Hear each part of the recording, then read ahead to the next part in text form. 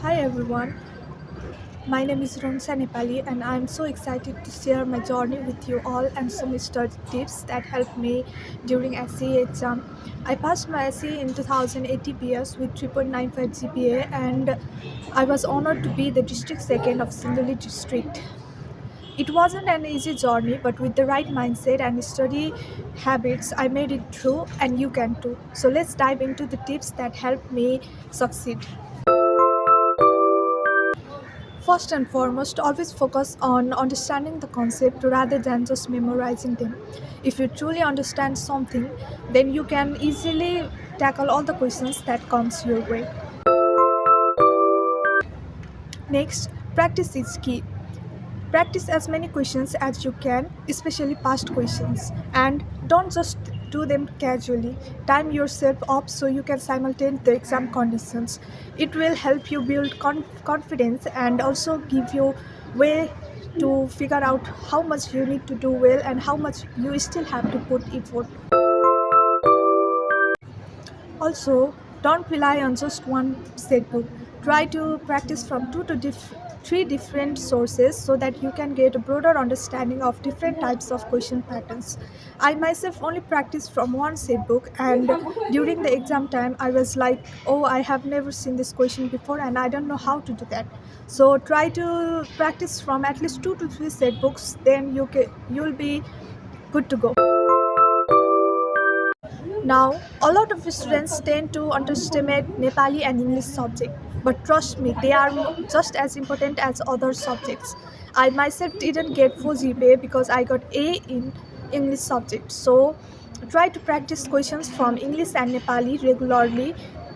You don't need to do too much, just go through them time to time. And remember, if you are stuck with any questions or topics, then don't hesitate to ask for help. Question everything until you are satisfied with your understanding. I myself used to ask teachers during the tiffin breaks and whenever they were free so that I can know and they can explain. So don't be hesitate to ask for help with the teachers and with your friends.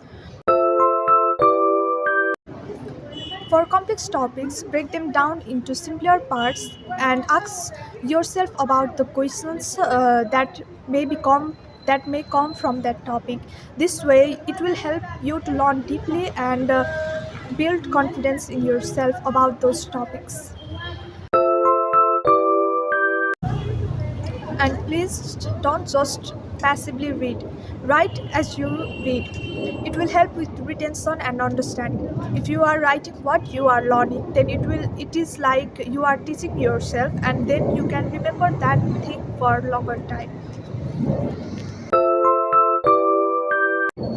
And most importantly, revise. If it doesn't matter if you have read something once or twice, you have to read them up to 20 times, 30 times, and you have to do it regularly. From each 3 to 4 days interval, you have to go through everything you have read from every subject so that you can memorize and retain everything correctly in the exam hall. Lastly, take care of yourself. Spend at least 30 minutes daily meditating or exercising. If your brain is functioning well, then only you will be able to study efficiently.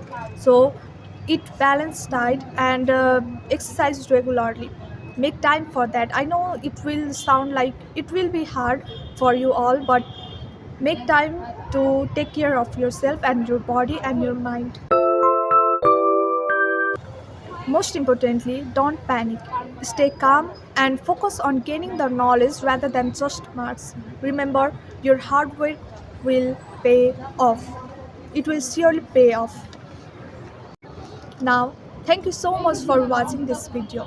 I hope these study tips help you just on your journey just as much they helped me.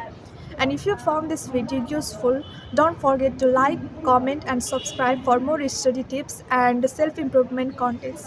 Remember, you got this and good luck. Take care of yourself. Bye bye.